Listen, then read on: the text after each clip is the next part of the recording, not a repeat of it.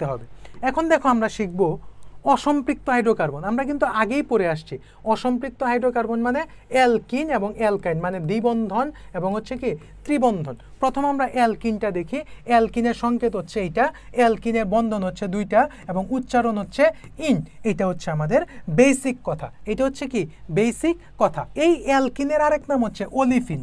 অ্যালকিনের আরেক নাম কি ওলিফিন, আর অ্যালকেনের আরেক নাম হচ্ছে প্যারাফিন। আমরা কিন্তু এটা পড়ে আসছি, ঠিক আছে। যে এই কথাগুলি এখানে লিখেছে, এই যে অ্যালকেনে হচ্ছে ইথেন, ইথিন, এটা অ্যালকিন হবে ইথিন, এই যে সংকেত ইথিন, ঠিক আছে। এই কথাগুলি এখানে বলেছে, বাট এটা আমাদের বেসিক কথা, আমরা এগুলি আগেই শেষ করে আসছি। এখন আমরা শিখবো হচ্ছে অ্যালকিনের প্রস্তুতি। এখন কোনটা শিখবো আমরা? অ্যালকিনের প্রস্তুতি। প্রথম দেখো ইথাইল ক্লোরাইড থেকে আইল কথাটা আসছে। আইল কথাটা তার মানে একটা হাইড্রোজেন আমার সরে যাবে। তো ইথাইল ক্লোরাইড, ইথাইল ইথ মানে কি দুইটা কার্বন, আমি দুইটা কার্বন দিলাম। এখানে CH3, যেহেতু ক্লোরাইড আছে তার মানে আমার দুইটাই নিতে হবে, কারণ বেসিক ঘটনাটা তো হচ্ছে কি CH3 এইটা। যেহেতু এখানে আমাকে ক্লোরাইড থেকে নিতে হবে, তার মানে আমাকে এখানে একটা ক্লোরাইড যদি আমি দিতে চাই, একটা হাইড্রোজেনকে আমার সরাইতে হবে। তার মানে আমার স্ট্রাকচারটা হবে হচ্ছে এরকম। আচ্ছা, এর সাথে তুমি দিলা হচ্ছে সোডিয়াম হাইড্রোক্সাইড। এর সাথে কি দিলা? তুমি সোডিয়াম হাইড্রোক্সাইড দিলা, ঠিক আছে। তোমার টার্গেট কি? যেহেতু এখানে কার্বন কয়টা? দুইটা না, তার মানে তোমার টার্গেট হচ্ছে দ্বিবন্ধন, মানে ইথিন তৈরি করা, ইথিন তৈরি করা। এখন দেখো আমরা কি করি। দেখো তো, এই দুইটাকে অ্যাডজাস্ট করে একটা সলিড যৌগ তৈরি করা যায় না? সোডিয়াম ক্লোরাইড, সোডিয়াম ক্লোরাইড, এখানে OH আছে, এখানে OH আছে।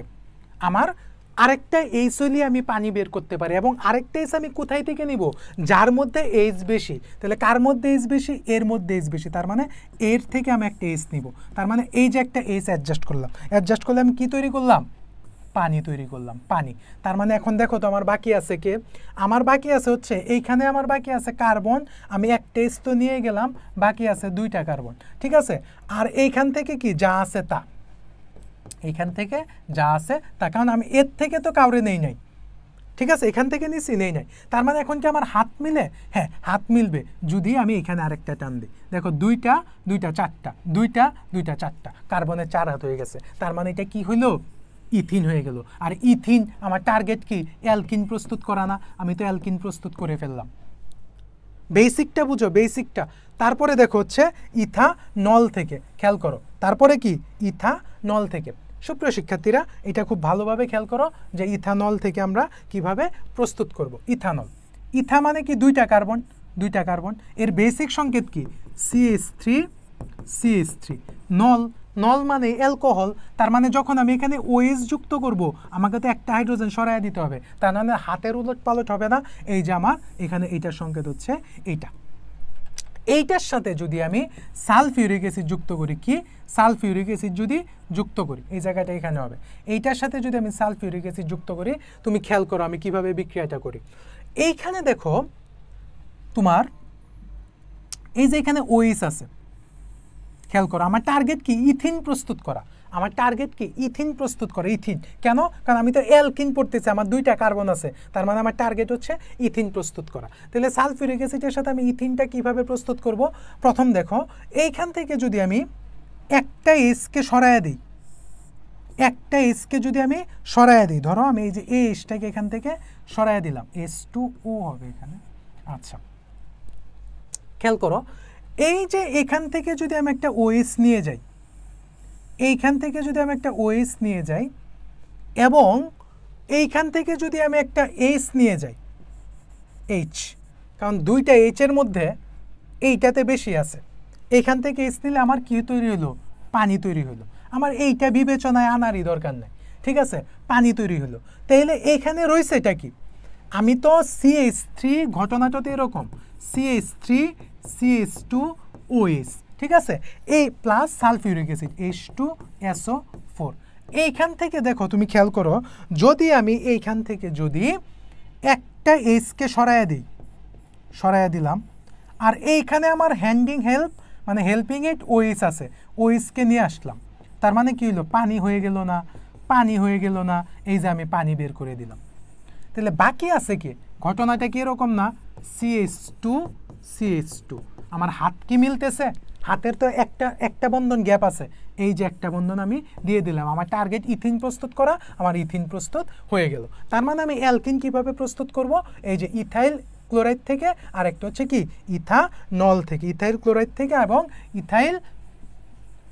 ইথানল থেকে হচ্ছে আমি অ্যালকিন প্রস্তুত করব। আশা করি তোমাদের এই জায়গাটা ক্লিয়ার হয়েছে।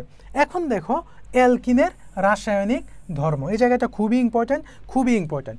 অ্যালকেনের রাসায়নিক ধর্মের মধ্যে আমরা দেখব যে হাইড্রোজেন সংযোজন এবং হচ্ছে তোমার পানি সংযোজন, ঠিক আছে, পানি সংযোজন, একটা হচ্ছে কি হাইড্রোজেন সংযোজন আর একটা হচ্ছে পানি সংযোজন। দেখো হাইড্রোজেন অ্যালকেনের রাসায়নিক ধর্ম এগুলি পড়ার দরকার নাই, অ্যালকেনের রাসায়নিক বন্ধন খেয়াল করো। অ্যালকিনের রাসায়নিক বন্ধন তো তার মানে এই যে আমি ইথিনটাই নিবা, তোমরা ছোট ছোট যৌগ নিবা, বড় যৌগ নেওয়ার দরকার নাই।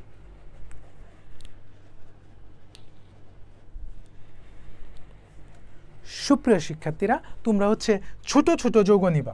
এই যে ইথিনটা নিলে আমার কাজটা করতে সহজ হয়, তার মানে এই যে H2 দিলাম, হাইড্রোজেন সংযোজন যেহেতু বলছে তার মানে H2 দিতে হবে। আর আমি নিকেল দিয়ে কিন্তু বলছিলাম, নিকেল দেখলে সেটা অ্যালকেন হয়ে যায়, ঠিক আছে, এখানে একটা তাপমাত্রা চিহ্ন দিয়ে দেবা। তারপরেও খেয়াল করো এখানে কি আছে, দুইটা হাইড্রোজেন আছে না, তার মানে হচ্ছে দুইটা হাইড্রোজেন আছে না, তার মানে একটা হাইড্রোজেন এ পাবে আর একটা হাইড্রোজেন এ পাবে। আর যোগ করার অর্থ বন্ধন কমাইতে হবে, কারণ টার্গেট তো আমার কি চারটা হাত মিলানো হয়েছে, দেখো তিনটাই যে একটা চারটা, তিনটাই যে একটা চারটা, ঠিক আছে। তার মানে আমি হাইড্রোজেন সংযোজনের ফলে আমি অ্যালকেন পাচ্ছি।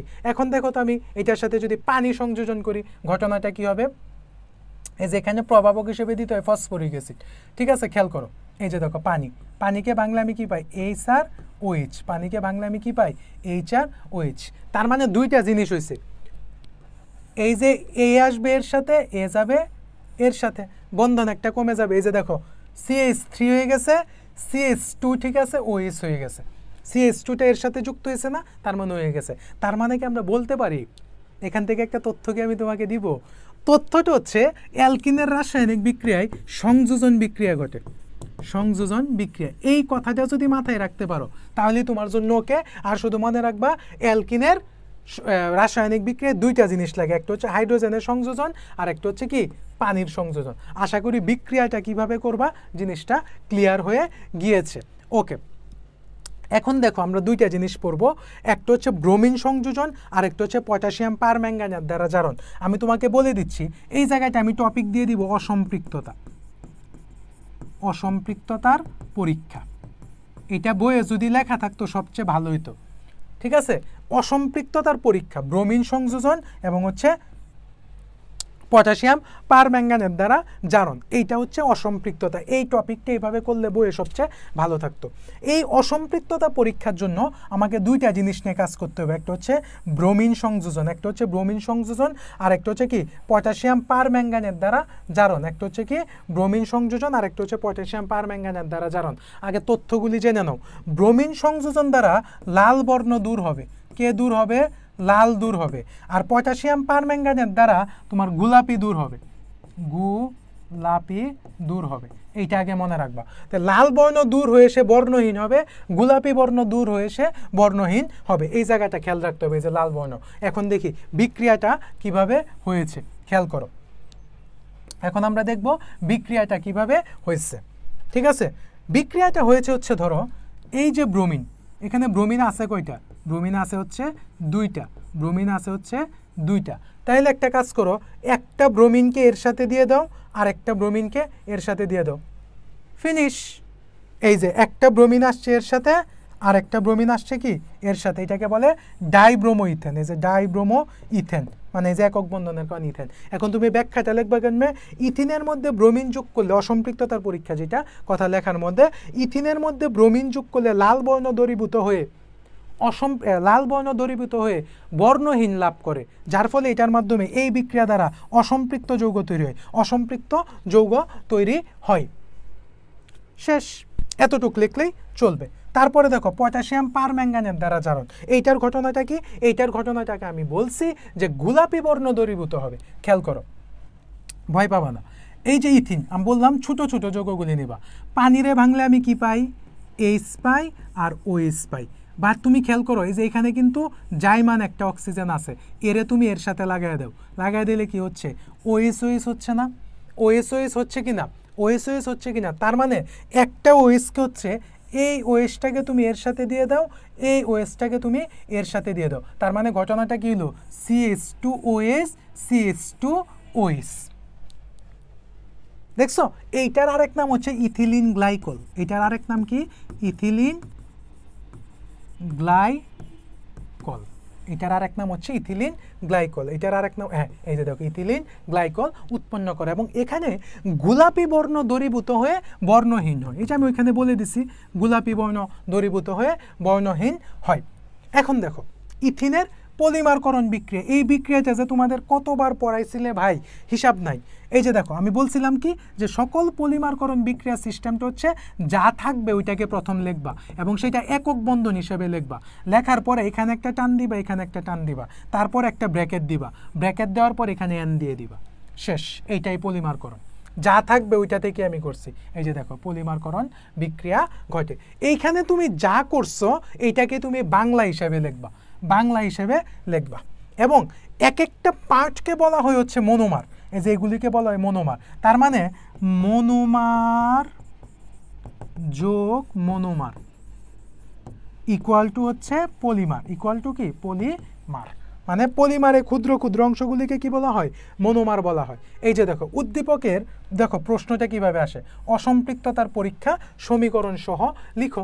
এই যে এটা হচ্ছে অ্যালকিন, হ্যাঁ অসম্পৃক্ততার পরীক্ষা দিবে, সমীকরণ কি ওই যে ওইটা লিখবা ওই ঘটনাটা, আর প্রভাবক দেখে তো বুঝছই, এই যে আমি বলে দিছি অসম্পৃক্ততা পরীক্ষায় ফসফরিক অ্যাসিড থাকবে, এখানে এন এর মান হচ্ছে 3, তাহলে লেখো C3H2N, এটা তো 3, তার মানে কি C3H6, এই যে এটা 3 না, এন এর মানটা 3 না, হ্যাঁ প্লাস হচ্ছে পানি দিলা C6H6 যোগ হচ্ছে পানি, তার মানে এটা হচ্ছে বেনজিন, তার মানে এটার অসম্পৃক্ততার পরীক্ষা, যেহেতু এটা অ্যালকিন হয়ে গেছে তার মানে কি তুমি অবশ্যই এটার অসম্পৃক্ততার পরীক্ষা এইভাবে আমি যেভাবে লিখে দিলাম ওইভাবে তুমি দেখাইতে পারবা।